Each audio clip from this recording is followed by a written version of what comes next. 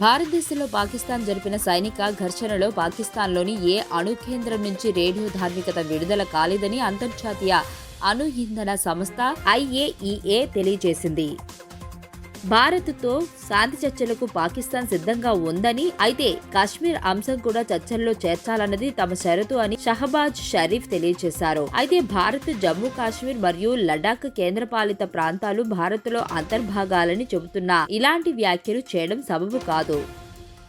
రాష్ట్రంలోని మున్సిపల్ శాఖలో 8,500 కోట్లతో అమృత్ పథకానికి కేబినెట్ ఆమోదం తెలిపిందని, తద్వారా నగరాలు, పట్టణాల్లో తాగునీటి సమస్య పరిష్కారం అవుతుందని పురపాలక శాఖ మంత్రి పి. నారాయణ చెప్పారు.